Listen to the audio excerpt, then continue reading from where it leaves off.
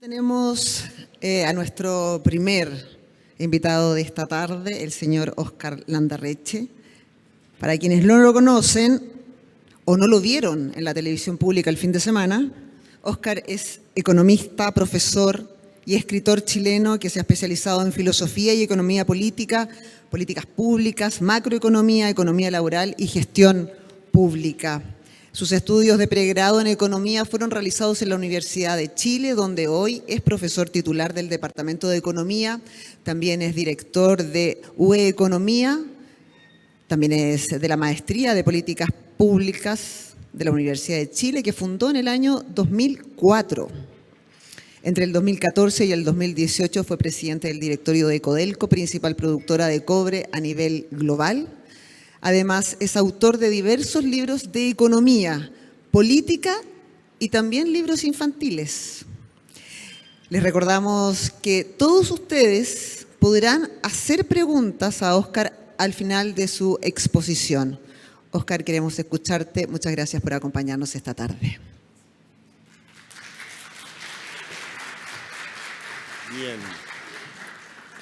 Bien, es cierto, tengo libros para niños.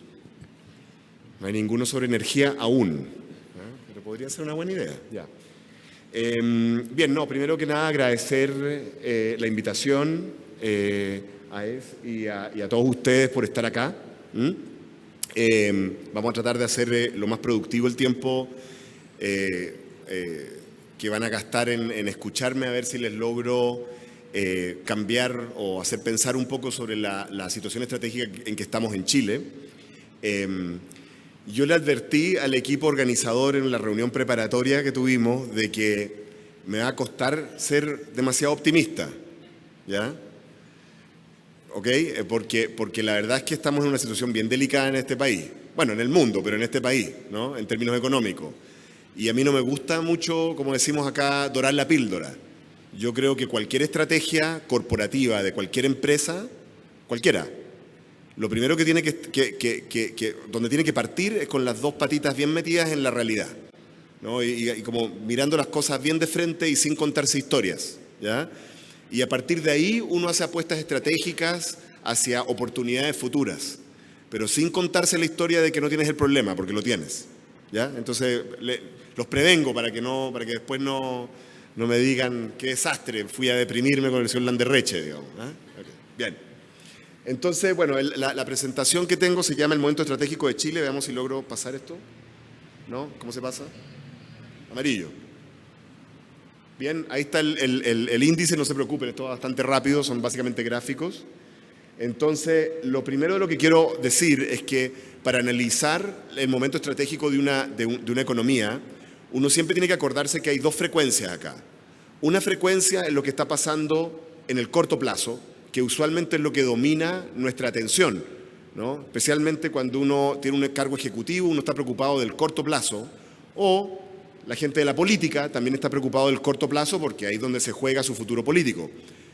Pero, el corto plazo ocurre alrededor de tendencias de largo plazo, esa es la verdad, de tendencias de largo plazo, y el problema es que a veces por estar poniéndole demasiada atención al corto plazo, olvidamos que ese ciclo, esa fluctuación, ese problema de corto plazo, gira en torno a una tendencia de largo plazo, ¿no? Y eso nos puede llevar a cometer errores, ¿no? Piensen ustedes un poco la situación, el estado de ánimo que existe hoy en día en la población general, en los consumidores chilenos, ¿no? Lo que está ocurriendo en Chile en este momento es que todavía no se dan cuenta los chilenos que están en una crisis, ¿no? ¿Por qué no se dan cuenta que están en una crisis? Bueno, porque comparan su situación económica y de gasto y de salarios actual con la que tenían hace un año atrás, que era cataclísmica, ¿no es cierto? Habíamos perdido 2 millones de empleos, los salarios se habían ido a pique por la pandemia, ¿no es cierto? Y como la gente tiene memoria corta, se siente mejor, porque además hubo retiros, hubo IFE, se siente mejor, ¿no es cierto? Y eso todos sabemos que es una cosa de corto plazo, pero todos sabemos cuál es la tendencia a largo plazo, ¿no? Entonces, hay que tener ojo. Eso los ciudadanos verán si se autoengañan, problema de ellos, ¿no? Pero las empresas tienen la responsabilidad de no autoengañarse. Entonces, vamos a mirar esto en dos frecuencias. La primera frecuencia que me interesa que discutamos es el largo plazo. El largo plazo, porque esto es el determinante estructural de lo que está pasando en nuestra economía. Yo creo que hay que mirarlo a la cara, derechamente. El primer problema que tenemos es el problema del crecimiento económico. Entonces, este gráfico lo que muestra, ¿este es el rojito? ¿No? No se ve, ya. Este gráfico lo que muestra es la evolución de la actividad económica medida por el IMASEC. Como todos ustedes saben, Chile tiene un gran privilegio, que tiene este PIB mensual, ¿no es cierto? El IMASEC, ¿no es cierto? Y la línea delgadita es el IMASEC en 12 meses, ¿no? Básicamente la variación del IMASEC, del IMASEC puro, y la línea roja es la suma de 12 meses, ¿ya? La suma de 12 meses es como la tendencia, ¿no? Porque en realidad durante distintos periodos del año hay estacionalidad, entonces para no autoengañarnos eso es la tendencia. Y aquí está el primer punto que quiero hacerle a ustedes, ¿no? Que es algo que yo obsesivamente he tratado de decir cada vez que voy a la prensa, cada vez que voy a un seminario, y no logro que cambiemos de switch, ¿no? Y es que la manera correcta de ver la actividad económica hoy en Chile no es ver la actividad económica.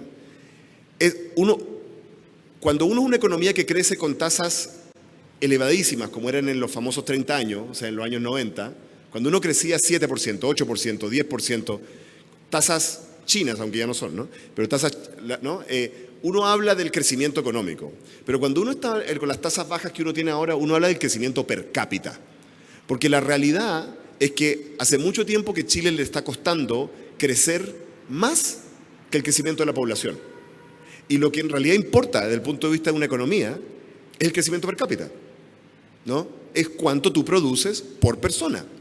Si tú no eres capaz de mantener la producción por persona o de aumentar la producción por persona, no estás haciendo nada, estás retrocediendo. Y la población chilena aumenta, dependiendo de los patrones de inmigración, más o menos en este momento aumenta entre 1,5 y 2%, más o menos 1,7% al año. 1,7% al año, ¿correcto? Y como ustedes van a ver, eso tiene consecuencias. Entonces, lo que importa es el crecimiento per cápita. Lo de abajo es el IMASEC per cápita. Entonces, una manera de ver esto es la siguiente, ¿no? Si uno mira la serie completa, ¿no? El crecimiento, el punto inicial acá es septiembre del 2019, o sea, el mes anterior al estallido social. Y el último es el último dato que tenemos, ¿ya? El crecimiento total que ha ocurrido del IMASEC desde ese momento para acá, en suma de tendencia anual, es como 7,6%, lo que es más o menos 2,6% anual, ¿ya? Pero hubo un crecimiento de la población de por medio, y si uno deflacta por eso, el crecimiento anual ha sido 1,4%, ¿ya? Ese es el crecimiento que tenemos. O sea, un crecimiento muy moderado, ¿ya? Eso es lo primero. Entonces, claramente estamos en una situación no muy dinámica, vamos enfrentando una situación de desaceleración, pero partimos de una situación no muy dinámica, ¿ya? Una forma de entender qué es lo que yo les estoy mostrando acá es compararlo con el desempeño histórico de la economía chilena. Entonces aquí les voy a... Este es un gráfico un poquito complicado, pero se los voy a explicar de a poquitito, miren. Entonces, este es básicamente un gráfico de las tasas de crecimiento de Chile, ¿ya? Desde que podemos usar el IMASEC, que es el año 87. Por si acaso, el IMASEC existe del año 87. Existe una serie medio fruna, ¿ah? Del año 86, pero no es muy comparable porque la metodología cambió. Hay IMASEC del 86, pero en fin. Entonces, ¿qué es lo que tenemos acá en términos de serie? Primera, la roja es cada mes, ¿no? Comparado con el mes del año anterior. O sea, el crecimiento de 12 meses de ese mes. ¿No es cierto? Es el crecimiento, es el IMASEC que usualmente sale en los diarios, para decirlo, ¿no? Ok. La segunda, la azul, es la suma de 12 meses, o sea, agarro los últimos 12 meses de IMASEC y los comparo con los 12 meses anteriores de IMASEC. ¿Y cuánto es el crecimiento? Eso es como el crecimiento anual del PIB, pero tomado en cualquier mes, ¿no? Porque en realidad es arbitrario que midamos el PIB en diciembre, ¿no? Podríamos medirlo, no sé, en octubre, se me ocurre un mes, digamos, ¿ah? ¿No es cierto? Podría ser cualquier mes. Entonces, esto es en todos los meses, en cada mes, el crecimiento anual. La verde es la misma suma, pero deflactado per cápita. O sea, es la tasa de crecimiento de 12 meses, ¿no es cierto? Pero deflactado, o si ustedes quieren, restándole el crecimiento de la población de esos mismos 12 meses. ¿Ya? Y la serie amarilla es un ejercicio que me gusta a mí porque es bien desagradable. Yo les dije que no iba a ser agradable este momento. Tomo 48 meses, ustedes dirán, ¿por qué 48 meses? Bueno, porque 48 meses son 4 años el periodo de un presidente, ¿no es cierto? Y los comparo con los 48 meses anteriores. Tomo la tasa de crecimiento y le saco la raíz cuarta, o sea, lo anualizo, ¿cierto? Entonces, el crecimiento promedio anual de la economía para 4 años, medida en cualquier mes de toda la serie, ¿ya? Yo no sé si ustedes notan una tendencia, ¿ya? Pero no es buena, ¿no? Esto es una tendencia a la baja, es una tendencia estructuralmente a la baja. La época de oro del crecimiento chileno, como todos sabemos, por acá, ¿no? En términos per cápita, la economía chilena crecía 5%, 5,5%. Teníamos en la cabeza que era 7%, pero eso era en términos totales. Si uno le resta el crecimiento de la población, 5%. Ese era el crecimiento, un muy buen crecimiento. Y de ahí nos fuimos bajando. Los 2 cerritos que recorrimos en la bajada, estos 2, son las 2 fases del superciclo del cobre. Eso es, interrumpidas por la crisis subprime. Eso es todo lo que es. Algo que no creamos nosotros, algo que crearon los mercados internacionales, ¿no?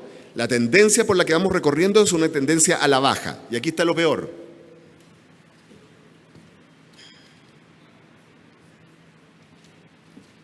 La parte final de la tendencia es 0% crecimiento per cápita, situación en la que estamos desde antes de la pandemia.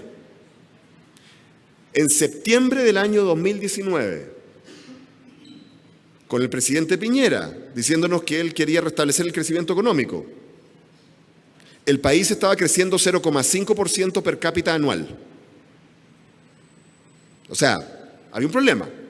Podemos tener distintos diagnósticos sobre el problema o de cuáles son las causas, pero el problema es estructural. Ahora, yo les propongo la siguiente idea. Cuando una tendencia dura tanto tiempo, 20 años, 30 años, y atraviesa gobiernos de todo color político, izquierda, derecha, Bachelet, Piñera, y sigue, eso es lo más parecido que hay a una tendencia estructural. Y a las tendencias estructurales, las soluciones son estructurales, ¿no? No hay soluciones coyunturales a una tendencia estructural. Tú no solucionas esto con, no sé, depreciación acelerada, que eso es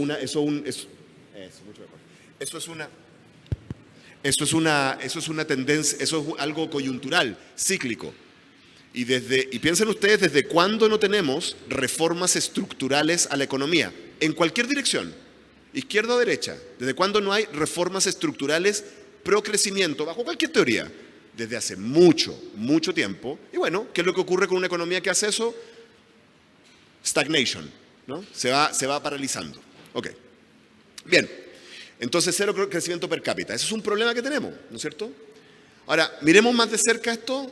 Estos son estas mismas series desde el 2019, como ustedes pueden ver, ¿no? Todavía estábamos con una burbujita de sensación, ¿no? Por la recuperación de la economía post-pandemia, pero eso ya se está cerrando, ¿no?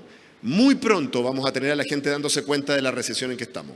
Muy pronto. Estamos hablando de que este verano va a ser muy mal verano para la gente, ¿no? O sea, lo van a sentir muy mal, ¿ok?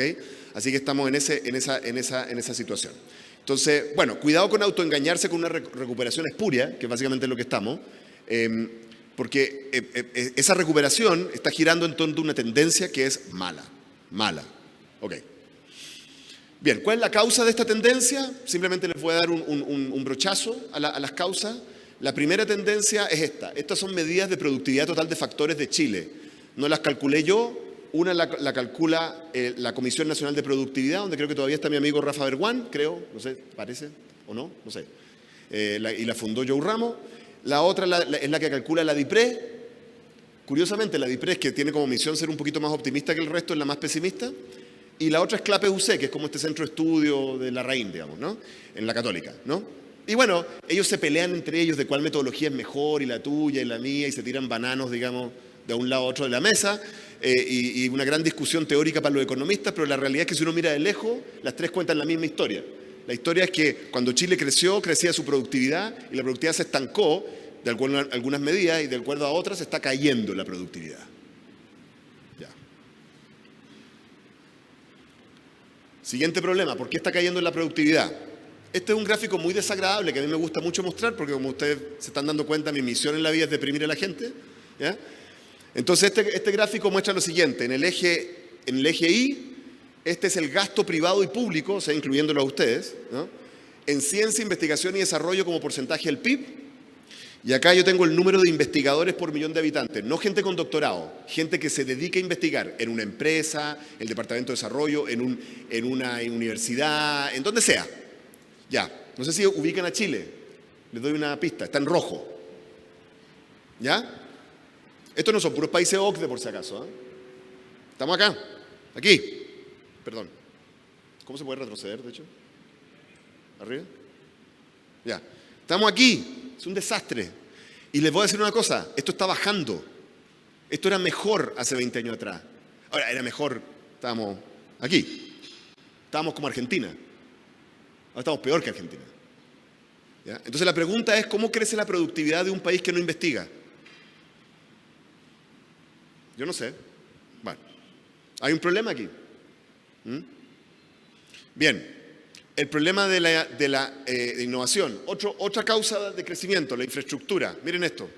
En los años de crecimiento dorado de Chile, para ser súper sincero, los años, digamos, en que Ricardo Lagos fue ministro de Obras Públicas y después presidente, para ser súper transparente, el gasto, la inversión pública y privada en infraestructura era entre 2,5 y 3 puntos del PIB. Hoy es entre 1 y 1,5% del PIB. Los que tienen suficiente edad recuerdan que en esta época éramos líderes en infraestructura en América Latina. Ya no somos. Y que para la inversión privada es atractiva la infraestructura, creo yo. Pensaría yo. Si tú inviertes menos en infraestructura, tienes peor infraestructura y capaz que no es una buena idea instalarse ahí. Esto es un problema. El problema de la educación. Todos sabemos que Chile está en un proceso de destrucción de su sistema educativo. Es cosa de mirarlo, ¿no es cierto? Es cosa de mirarlo, ¿no? Miren esta estadística. Esta es una encuesta internacional que se llama el PIA, que es el International no sé cuánto, Adult Competence, algo, una cosa así. Básicamente es una encuesta, que no es una encuesta, es un set de pruebas que le hacen a una muestra representativa de la población de los países para ver los niveles de alfabetismo funcional. O sea, ver los adultos, los trabajadores de un país, si es que, no es que si saben leer o no, es que si entienden lo que leen. No es si saben sumar o no, es si pueden usar las matemáticas para resolver un problema simple. ¿Ya? Por ejemplo, en esta encuesta se mide si las personas son capaces de leer mapas o no. O sea, si tú le das un mapa a un trabajador, llega al lugar en que tú le dices en el mapa. Que eso sería como importante, ¿no? Bueno, ese tipo de preguntas se hacen. Bueno, lo que muestra es que Chile tiene analfabetismo matemático funcional en más de la mitad de la población. ¿Se dan cuenta de lo que significa esto, no? ¿Ya? En la OCDE, igual hay problemas en la OCDE, sí, los gringos tienen sus problemas, es 20%, nosotros más de la mitad. Y en la siguiente categoría, que es alfabetismo matemático deficiente, tenemos otro 32% de la población. Esto suma 85%. 85% de las personas de Chile no saben usar matemáticas para resolver un problema simple, un problema de hacer una fórmula para la guagua. ¿Ya? Eso es un problema que yo lo viví cuando era presidente de Codelco, cuando iba a faena y yo decía, ¿por qué hay 20 personas paradas ahí? Me está diciendo, es que están reparando una cuestión eléctrica. ¿Y por qué hay 20 personas? Se necesita un electricista. No, pues se necesitan 20 personas porque tiene que haber alguien que vigile al electricista y alguien que vigile al que vigile al electricista y alguien que vigile al que... Claro, porque en el fondo tú suplantas la ineficiencia e incompetencia del trabajador con que un grupo de personas como que ¿no? Como con un equipo que lo apuntala. Y con sistemas ineficientes para que ese señor no se equivoque y alguien que esté chequeando que no se equivoque. Cuando en realidad, si tú vas a una faena gringa o australiana, hay un señor. ¿No es cierto? Vale. Esto es un problema. Entonces, ¿por qué se ha estancado el crecimiento de Chile? Bueno, hubo una época en que pudimos crecer sin la necesidad de capital humano, porque lo que estábamos haciendo era básicamente expandir nuestra producción de recursos naturales que los teníamos subexplotados. Eso ya no rinde tanto. Entonces ahora la pregunta es, vamos a crecer, vamos a hacer un modelo que ¿cómo es? La economía del conocimiento. ¿Qué país no va a ir en la economía del conocimiento? Ya. Les dije que no era optimista. Y bueno, y el otro problema, el problema de la equidad, ¿no? Entonces este es un gráfico que ha circulado harto en redes y que hace que no es muy popular este gráfico en Ñuñoa, por lo que he escuchado. ¿No es cierto? Esto muestra la desigualdad de Chile, medida por el índice de Gini, desde básicamente el 87, que es cuando existe la CACEN, que es cuando es comparable. Estos son datos del Banco Mundial, por si acaso, son comparables internacionalmente. Ahí está gobierno por gobierno el Gini, y abajo está el PIB per cápita en dólares, ¿no? Entonces esto es como desigualdad y crecimiento, ¿no? Cuando alguien dice voy a crecer, voy a tratar de hacer crecer al país con mayor igualdad, ¿sí? Crecer con igualdad es moverse así. ¿De acuerdo? Moverse para allá. Eso es crecer con igualdad. Crezco y más igualdad, porque más Gini es más desigual, menos Gini es más igual, ¿ya? Y ahí ustedes tienen el desempeño y lo que uno ve es que hubo un momento en que Chile efectivamente logró crecer con mayor igualdad en una época, por si acaso, en que todo el resto del mundo estaba aumentando la desigualdad y en Chile estaba cayendo. Y eso se estancó. No sé si notan que es como que se estancó. Se estancó ese proceso. Se estancó el crecimiento y se estancó la caída en desigualdad. Ahora, alguna gente que le desagrada esto, porque aparece un buen desempeño del presidente Lago, ¿sí? Trata de recalcular estos datos. Dice, no, pero recalculémoslo, metámosle. Está bien. O sea, si uno lo que quiere es decir, voy a recalcular los datos para que digan lo que yo quiero que diga, yo no calculo estos datos. Estos son los datos del Banco Mundial, comparables con cualquier país. ¿Ya? Ok. Pero aquí está el problema. Es cierto que se redujo la desigualdad, pero miren los niveles en los que estamos. Chile, cuando parte esta historia, la salida de la dictadura, tenía la desigualdad de Zambia. Los países más desiguales del mundo, por si acaso, son todos africanos. El país más desigual del mundo, de acuerdo al Gini, es Sudáfrica, que tiene un Gini como de 65%. Una locura, es una cosa, ¿no? Eso era. Chile era Zambia. ¿Sí? Difícil construir una democracia liberal con desigualdad a nivel Zambia, para que nos entendamos, ¿no? Ya, ok.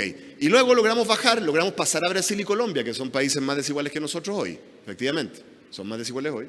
Y logramos con mucho esfuerzo el nivel de desigualdad de Ecuador, que como todos sabemos es un estándar internacional ¿cierto? ¿Correcto? Entonces, es cierto simultáneamente que Chile logró reducir la desigualdad, y también que tenemos niveles de desigualdad inaceptables. Ok. Siguiente. Corto plazo, para irle haciendo un diagnóstico y llegar a la carne. En Chile, por supuesto que tenemos un problema inflacionario. Las últimas cifras que tenemos nos muestran un pequeño quiebre en la tendencia al alza inflacionaria. En todas las categorías está subiendo. Hay un problema estructural inflacionario. Vamos a ver si esta tendencia se consolida a la baja. Yo creo que se va a demorar un poquito más de lo que la gente cree. Segundo, las expectativas de inflación están reflejando esa sensación. Si uno mide las expectativas de acuerdo a encuestas o de acuerdo al spread de tasas en los mercados de capitales, las dos se pegaron una caídita. Ya lleva 2 meses la caída, eso es una buena noticia, significa que el mercado le está creyendo a la caída de la inflación, pero de nuevo, igual creen que va a haber una inflación el próximo año de 8%, ¿no? Te dicen en la encuesta o en las entrevistas en Economía y Negocio, te dicen 2 puntos menos, ¿ya? Pero cuando votan con la plata, votan 8. Yo creo más en cuando tú votas con la plata que con la boca, ¿no? Entonces, creo que es un poquito más alto. Por supuesto que el Banco Central ha subido las tasas como loco para tratar de frenar el elemento interno de la inflación, pero hay que decir que si tú calculas las tasas en términos reales, ya sea con inflación retrospectiva o con expectativas de inflación, la verdad es que son tasas de la TPM súper bajas. Esa es la verdad. En el fondo el Banco Central lo que está haciendo es no inflar la economía. Así como frenarla, no la está frenando, ¿ya? Entonces, más bien el Banco Central lo que está haciendo hoy en día es no inflar la economía, no frenarla mucho y con eso comprar espacio para que las tendencias internacionales nos bajen la inflación. Eso es más o menos lo que está haciendo el Banco Central, en realidad. Bien, bueno, esa es la histórica, me la salto. Tenemos un problema, por supuesto, con el empleo. Aquí están los ocupados. Olvídense de la tasa de desempleo. La tasa de desempleo no sirve para nada. Es una división entre la gente que está desempleada dividido por la que está buscando, ¿ya? Y se nos retiraron como 300.000 mujeres del mercado laboral, así que no sirve, ¿ya? Entonces, miremos los ocupados, ¿no? Los ocupados, esos son los ocupados con el efecto pandemia. Y en realidad, en este momento, entrando a la crisis, tenemos 265.000 ocupados menos que en septiembre del 2019. Con el siguiente problema, que en el intertanto la población chilena creció en casi 1 millón de personas, de las cuales 800.000 están en edad de trabajar. O sea, estamos atrás como 1 millón de empleos. ¿Ya? Bien. Este es el índice de salarios reales, han crecido los salarios reales, por supuesto, pero la inflación se lo está comiendo ahora, ¿no? Y cuando uno hace la composición entre ingresos, entre empleo y salarios, o sea, multiplicar número de empleos por salario real, que es lo que llamamos masa de ingresos laborales, ¿no? Esta fue la recuperación que hace que la gente se sienta bien y ahora está empezando a bajar, ¿no? Entonces, ¿no? Se va a estancar claramente esa situación. Esto ya está en 4.3% más bajo en términos reales.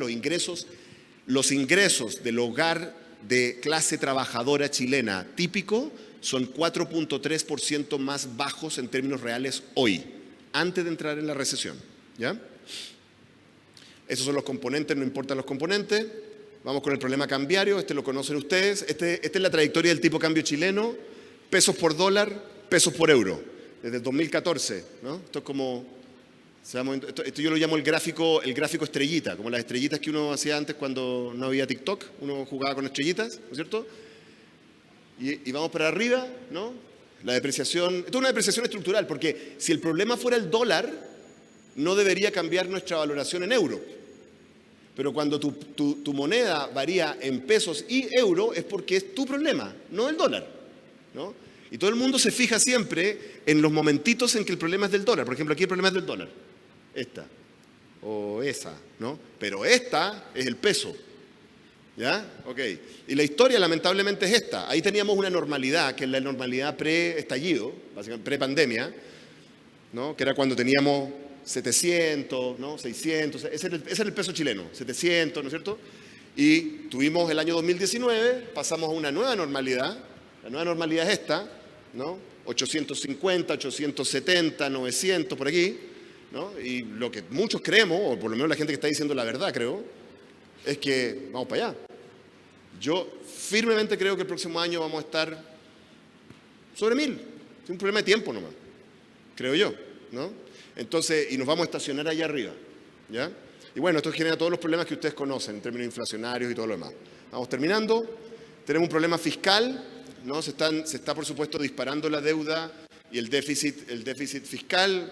Ahora, lo que sí hay que decir, para decir una parte positiva, es que esto parte de una situación de enorme solvencia del Estado chileno. Entonces, cuando tú sumas, ¿no?, la deuda neta es muy bajita, ¿no? Es muy bajita, el gobierno tiene una deuda neta de 20% del PIB, eso no es nada, o sea, eso realmente... Entonces esto en cierto modo es mala noticia porque le permite ser irresponsable al Estado chileno, ¿no?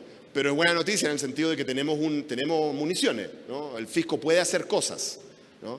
O sea, si el fisco realmente quisiera reactivar la economía estatistamente, o sea, con infraestructura, con ese tipo de cosas, absolutamente lo puede hacer, tiene todo el espacio para hacerlo. Y si no lo hacen es porque no quieren, ¿ah? Porque nos prestarían para eso, ¿ya? Así que tiene ese espacio. Y ha ido subiendo la deuda neta cuando uno consolida con el Banco Central o sin el Banco Central, empresas públicas, deuda neta igual es 25%. O sea, esa es como una buena noticia, un espacio que tenemos. Finalmente, tenemos este problema, el problema de las reformas, ¿no es cierto? Tenemos la composición de la reforma de la jornada laboral, compuesto con la reforma tributaria que se está discutiendo, podemos discutirlo más después, la reforma de pensiones y la reforma a la salud, que yo creo que ya como que me da la idea que no hay espacio político para eso, y todo eso está enmarcado por la reforma constitucional. Entonces esto genera un escenario de enorme incertidumbre porque son demasiadas variables en el aire al mismo tiempo, son demasiadas pelotas al mismo tiempo, ¿no? Y eso genera una dificultad para generar prospectos buenos, ¿ya? ¿Cómo viene la mano? Déjeme darle mis pronósticos. El crecimiento de Chile va a cerrar este año en un rango de 1,2 a 1,7, ¿no? Lo que significa un crecimiento per cápita de este año de menos 0,5 a 0. El 2023 yo estimo que vamos a tener un decrecimiento en el rango 1,6, 2,1, lo que significa un decrecimiento per cápita el próximo año de sobre 3%, ¿ya? Eso es una crisis de la Madonna, ¿ya? O sea, de verdad que sí, es tremenda. Para el trienio que sigue vamos a retornar probablemente a 0% per cápita. Ese va a ser nuestro gran éxito, que era la tendencia previa al estallido social, 0% per cápita. Vamos a volver a la tendencia. Y como no va a haber reformas estructurales pro crecimiento, es muy normal que lleguemos a lo mismo que estábamos antes. Entonces, para el 2024 mi pronóstico está entre 0,3 y 1,5 crecimiento, y para el 2025 1,6, 2,1, que es básicamente 0% per cápita, ¿ya? El déficit fiscal va a pasar, eso sí lo hizo el ministro Marcel, hay que decirlo, un hijo de la DIPRES, cerró el déficit per cápita, pero todos creemos que el próximo año va a tener que volver a soltar IFES o algún tipo, por lo tanto la estimación en realidad es que el 2023 va a terminar con algo así como menos 2,5% de déficit el fisco igual. Pero es buena estrategia la del ministro. No, esto está malo, está pésimo. El Banco Central como mínimo va a cerrar en 12, aquí me equivoqué yo, 12 debería ser acá, ¿no? 12, ¿no es cierto? Y yo diría que el máximo subió acá, esto no está actualizado, ¿ya? Yo creo que esto es 12 y posiblemente podemos terminar en 13 o algo más en la tasa, pero no creo que suba mucho más el banco porque el banco está en esta política como de mantener la tasa neutra y dejar que las tendencias internacionales nos bajen la inflación.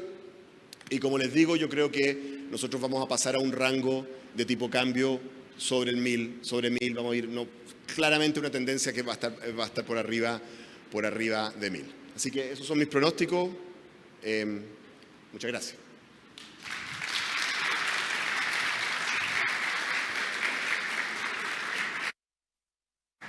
Muchas gracias, Óscar, por esta presentación. Me imagino que todos coinciden un poco en el panorama y en esta interesantísima información que nos acaba de entregar. Vamos a invitar a que Óscar se quede aquí en nuestro panel, porque a continuación y para profundizar en los temas expuestos recientemente, quiero invitar a este escenario a Mariana Soto, vicepresidenta de Asuntos Corporativos y Sostenibilidad de AES Chile.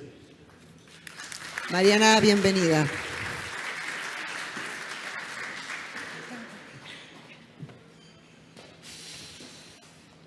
Era verdad, que no iba a ser muy positiva la presentación. A ver, ¿cómo lo vemos? Gracias primero, Óscar, por estar acá con nosotros. Tomando tu energética presentación y tomando también los términos o los aspectos internacionales, porque creo que desde la crisis asiática no teníamos tan malas perspectivas. Internacionalmente está la guerra de Ucrania con Rusia, ¿no es cierto? Estados Unidos tiene un Congreso súper dividido. Gran Bretaña tuvo un cambio abrupto de primer ministro. En América Latina hacemos el péndulo, ¿no es cierto?, de un gobierno de izquierda a uno de derecha. Nacionalmente no tenemos todavía una solución de continuidad para un texto constitucional, inflación, otros problemas, las reformas. Tú como economista que tienes que tomar estos factores políticos para un análisis, ¿cómo crees que podemos recobrar la senda de productividad y de innovación? Yo creo que si uno mira con perspectiva histórica, tiene que reconocer que los periodos de crecimiento a nivel global, que al final son los que siente la economía chilena, siempre tienen que ver con, en el fondo, algún ciclo tecnológico importante que impulsa la economía global, que impulsa a Estados Unidos, que impulsa a Europa, en las últimas décadas que ha impulsado a Asia, y ese ciclo global tecnológico, que fue el de las tecnologías de las comunicaciones, básicamente se agotó. O sea, si uno mira las medidas de productividad, crecimiento de la productividad de Estados Unidos, eso está bastante estancado, ¿no? Para mí el niño símbolo esto es como Netflix, ¿no? Yo todavía pertenezco a la gente que recibía los Netflix en CD, digamos. Cuando partieron así como que era bien piruja, así como que te mandaban una cosa, uno lo metía en el correo, ¿no? Y crecieron, y de repente como que ese modelo de negocio se estancó. Y ahora están pirquineando y van a meter publicidad y como que se chacreó, ¿no? ¿Qué es lo que pasó? Que como todas las cosas en la vida tienen rendimientos decrecientes. Y las tecnologías de comunicación sufrieron su ciclo. Arriba de ese ciclo Chile se desarrolló, Asia se desarrolló, cambió el mundo, cambiaron las comunicaciones, cambió la cultura. Todo eso ocurrió, pero eso paró. Y el problema es que la historia nos indica que un ciclo como ese no lo vamos a volver a tener hasta que no haya otra tecnología. Desde mi punto de vista, la pregunta es ¿cuál es esa próxima tecnología? ¿Cuándo va a ocurrir esa próxima tecnología? Y para las empresas relevantes, ¿cómo se insertan en esa próxima tecnología? El único motivo de esperanza que yo les puedo dar a ustedes es que hay una hipótesis de que ese siguiente ciclo tecnológico es la revolución eléctrica. Esa es una hipótesis, ¿no? Es la vendida de pomada del Elon Musk, hay una serie como... Está bien, y tiene harto sentido, Pero ha habido también épocas en que se prometen revoluciones tecnológicas que no ocurren, ¿no? Siempre ha habido, ¿no? La pregunta es, ¿qué es lo que uno hace como empresa para prepararse para esa y otras hipótesis de crecimiento? La política es endógena. Cuando las cosas están mal, la política está mal. Cuando la economía global está dinámica y creciendo, todo el mundo encuentra una manera de arreglarse, fíjate. Esa es mi opinión. Y en relación con el clima social, porque también nosotros hemos visto y hemos experimentado que el clima social también incide, ¿no es cierto?, tanto en el ánimo, en la perspectiva, en la presión hacia cierta reforma, ¿ah? Y estas son las peores perspectivas que hemos tenido desde la crisis asiática. Claro. ¿Cómo lo ves tú así como desde acá al próximo año? Desde mi punto de vista, no, de acá al próximo año yo lo veo súper complicado, para ser muy sincero, porque la manera en que uno ordena el clima social y político de un país es en que uno le presenta a los trabajadores y a las personas comunes y corrientes de a pie, ¿no es cierto?, les presenta un plan, les dice, de esta manera vamos a mejorar el país, ¿no? Les presenta algo que hacer, les dice, de esta manera usted se va a insertar en esto que vamos a hacer, usted va a ser partícipe de este proceso y además, si es partícipe, lo vamos a premiar de esta manera, ¿no? Y a mí me parece muy, muy improbable que en la situación de fraccionamiento y de odiosidad y de cortoplacismo en que está la política chilena, seamos realmente capaces de presentarle eso al país. O sea, no fuimos capaces durante los dos gobiernos de Bachelet y de Piñera, y por eso es que la tendencia del crecimiento se nos fue a cero, no fuimos capaces. No veo por qué en esta situación vamos a ser capaces. Porque en el fondo, para el ordenamiento social, no importa tanto cómo tú estás. Lo que importa es cómo tú crees que vas a estar. ¿Correcto? Y para que tú creas que vas a estar mejor y que tú puedes construir una salida junto con el país, ¿no? Esa promesa tiene que ser creíble. Y el problema es que yo veo que muchas de las soluciones que usan en la política chilena, que son como fenicios, ¿no? Algunos son fenicios que tienen sentido, como el hidrógeno verde, ¿no? Si uno agarra a un político y los amarrea y le digo, pero dígame, ¿qué tenemos que hacer? Dice hidrógeno verde. No debe ni saber lo que es el hidrógeno, pero lo dice porque es como suena. Antes era el litio, ¿se acuerdan? Litio, ya. Y baterías, hay que hacer batería. Ahora es el hidrógeno verde, ¿correcto? Pero eso no le dice nada a la gente. A la gente, hidrógeno verde, ¿qué es eso? Hidrógeno, no tengo idea qué es eso. No, a la gente lo que le dice es las consecuencias concretas de eso, ¿no es cierto? O sea, a la gente no le importaba en los años 80 y 90 que tú le dijeras es que vamos a exportar kiwis. Probablemente los chilenos ni siquiera sabían lo que era un kiwi. Lo que a la gente le hacía sentido eran los packing, eran los puertos, ¿no? Eran los camiones moviendo producto. Eso es lo que hacía sentido. Lo que hace sentido para los chilenos no es que tú le hables del hidrógeno verde y de no sé qué cosa. No, es la planta de hidrógeno verde, donde trabaja su primo, ¿no? Es la línea de abastecimiento de la planta, ¿no? Que está cambiando la situación del pueblo donde yo vivo. Esa es la manera en que uno le genera la expectativa a la gente de que hay un plan de crecimiento creíble.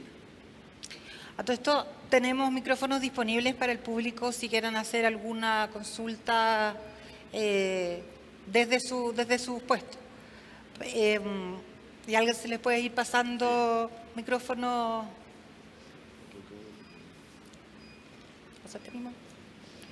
Gracias.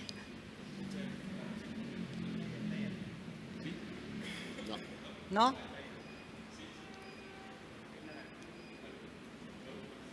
No. ¿Aló? Sí, Ahí ahora sí. sí. Bueno, muchas gracias, Oscar, Mariana. Muy interesante la charla. Y me gustaría que nos dieras tu visión, Oscar. Bueno, de un lado personal y profesional. Yo llevo recién 3 años trabajando, insertándome al mundo laboral. Y me gustaría saber cuál podría ser, para las personas que estamos recién iniciando nuestra carrera,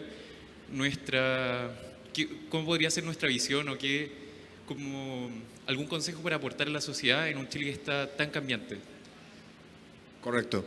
A ver, en mi experiencia con el sector empresarial chileno cuando estuve en Codelco, yo tengo que decir, esta queja la he hecho en público, así que si no hay ninguna primicia, yo tengo que decir que algunos de los intentos por hacer funcionar la estrategia de crecimiento con una estrategia, por ejemplo, de sustentabilidad, ¿no?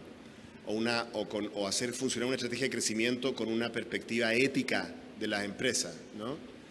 Que a mí me tocó implementar o que intenté implementar en Codelco, yo siento que fracasaron completamente.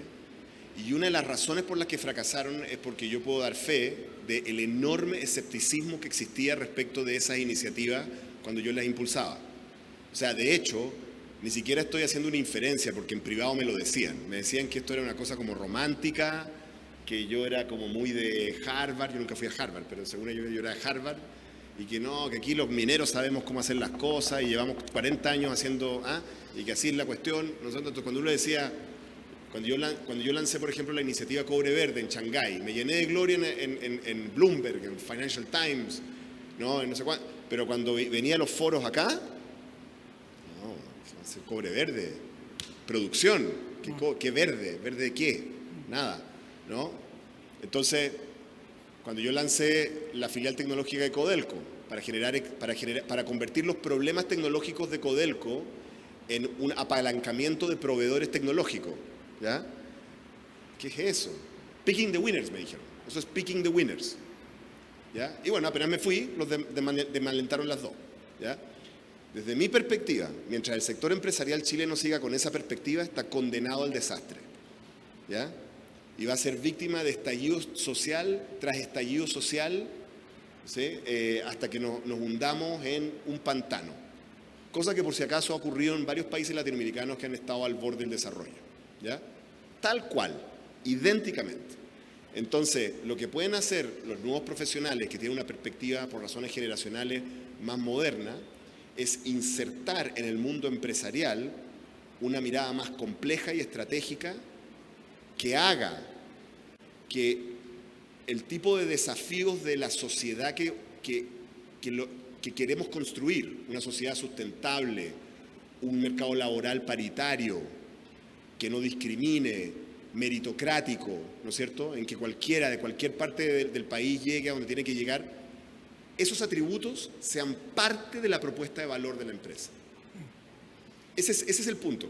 Y yo me di cuenta, por lo menos, que lograr eso en la cultura tradicional empresarial chilena es súper difícil. Súper difícil porque hay un nivel de escepticismo gigantesco al respecto, en privado, nunca te lo van a decir en el diario financiero, ¿ya? Y desde ese punto de vista me parece que la gente más joven podría tener las herramientas para hacerlo y para convencer a los empresarios, a los grandes grupos empresariales de que si les proponen hacer este tipo de propuesta de valor es por su propio bien. No es porque quieran convertir la empresa en una cosa de hippies, digamos, no. Es porque así vamos a crecer. Vamos a crecer con una propuesta de valor que sea coherente con el tipo de sociedad que tú quieres construir. En los años 80 y 90, la propuesta de valor del sector privado chileno era coherente con la sociedad que los chilenos querían construir. Porque en los años 80, el 60% de la población chilena estaba bajo la línea de la pobreza. Y cuando uno está por debajo de la línea de la pobreza, la prioridad es salir de la pobreza. Y el sector empresarial chileno, la política chilena le presentó un esquema creíble para salir de la pobreza. Listo. El país que queremos construir es coherente con la propuesta de valor. Bueno, ahora son otros los objetivos que queremos construir para nuestra sociedad. Tenemos que hacer empresas que tengan como parte de su propuesta de valor el tipo de sociedad que queremos construir. Esa es mi cosa. Y a propósito de la construcción de sociedad, tú tuviste una posición pública respecto al texto constitucional, que no flotó. No, mi posición flotó. No, sí, bueno, el texto. Flotó big time. Más las reformas. En tu visión, ¿qué crees que debería tener el texto constitucional? ¿No debería tenerlo? Y a continuación, si las capacidades, con toda esta órbita, ¿no es cierto?, inflacionaria, falta de crecimiento, educación, innovación, etcétera, lo que has comentado, ¿qué capacidades les ves al Congreso, por una parte, al Gobierno, por otra, para empujar, digamos, esta situación que nos tiene un poco estancados? Yo creo que es muy relevante el tipo de negociación a la que se llegue para proyectar el proceso constituyente, porque lo que necesita el Congreso y el Ejecutivo es dejar de estar preocupados del proceso constituyente. Centralmente, porque si siguen preocupados del proceso constituyente no van a poder hacer ni reforma de ningún tipo, ni pro crecimiento, ni pro igualdad, ninguna, ¿no?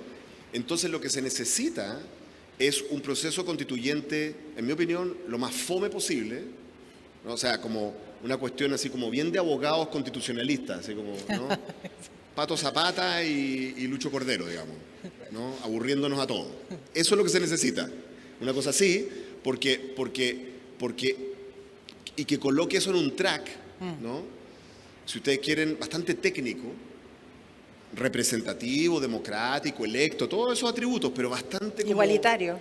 sí, todo, pero bastante fome, por así decirlo, bastante como orientado a logremos un documento simple, que funcione, que solucione los problemas que tiene el documento actual y la democracia actual, ¿no es cierto? Que avance un poco en las distintas dimensiones, pero que hagan que esto sea una cosa como por el lado, ¿no? Y que le permita a la política concentrarse en las cosas de corto plazo. Claro, que no tenga protagonismo como Alcaldera. Claro, porque yo lo que estoy viendo, yo veo un Estado completamente paralizado este año, ¿no? Y olvídate de la reforma tributaria, o sea, eso es muy sofisticado. Yo no veo al fisco ejecutando su presupuesto. Porque claro, porque si uno está dedicado a hacer campaña como ministro, bueno, no estáis dedicado a hacer gestión. Y resulta que, bueno, la gente de empresa sabe que la gestión sí tiene efecto. Cuando hay alguien que gestiona, las cosas se hacen. Y cuando hay alguien que no gestiona, no se hacen. Y eso pasa en los ministerios igual que en una empresa. Y eso es lo que ha estado pasando ahora. Entonces, mi esperanza es que la negociación para el mecanismo que proyecta la convención logre sacar esto de la atención del Ejecutivo y del Legislativo para que ellos se puedan preocupar de los desafíos enormes que tienen. Ya si uno piensa en la reforma tributaria, ya es complicadísima. Es complicadísimo prever cómo van a sacar eso adelante. Además, con el gobierno actual tiene minoría en el Parlamento, la derecha tiene la mitad del Senado. O sea, esto no es así. Sin ningún otro problema, igual sería complicadísimo que saliera una reforma tributaria. No te estoy hablando de cuál, que salga una. Ni hablar de la reforma previsional. Llevamos 3 gobiernos, porque Bachelet sí logró hacer una reforma previsional, ¿ya? Pero los siguientes 3 gobiernos, 2 Piñera y la segunda Bachelet, trataron de hacer reformas previsionales adicionales y fracasaron con situaciones mucho mejores en el Parlamento. Entonces, bien, para lograr eso, lo primero que necesita el sistema político es sacar el problema constitucional en un lugar que ande por un carril tranquilito. Los chilenos votaremos, elegiremos a los 70 convencionales o los no sé cuántos serán, que hagan hartos Pato Zapata y Lucho Cordero, ¿no es cierto? Que hagan cosas bien así con lenguaje abogado, ¿no? Que quede más o menos bien, después votamos a la salida, aprobamos porque es un texto razonable y listo. Y ese no es el problema, porque si el problema de Chile sigue siendo una pelea, un food fight, como estábamos teniendo antes, sobre la Constitución, este país no va a hacer nada y esas cifras que yo di van a ser la cota superior del pronóstico. De la proyección. Pucha. Nos quedarían un montón de preguntas por hacerte, Óscar. Te agradecemos un montón. Lamento ser tan pesimista, pero estábamos prefiero advertidos el realismo. Ahora vienen todos los demás speakers, les van a decir que vienen puras cosas fantásticas. Así que, muchas gracias. Queremos agradecer a Óscar, por supuesto que muy interesante esta conversación, se nos pasó así de rápido el tiempo. También agradecer en nombre del equipo de AES que hayas estado con nosotros esta tarde. También gracias a Mariana por compartir este interesante panel con nosotros. Más fuerte el aplauso, interesantísima la conversación.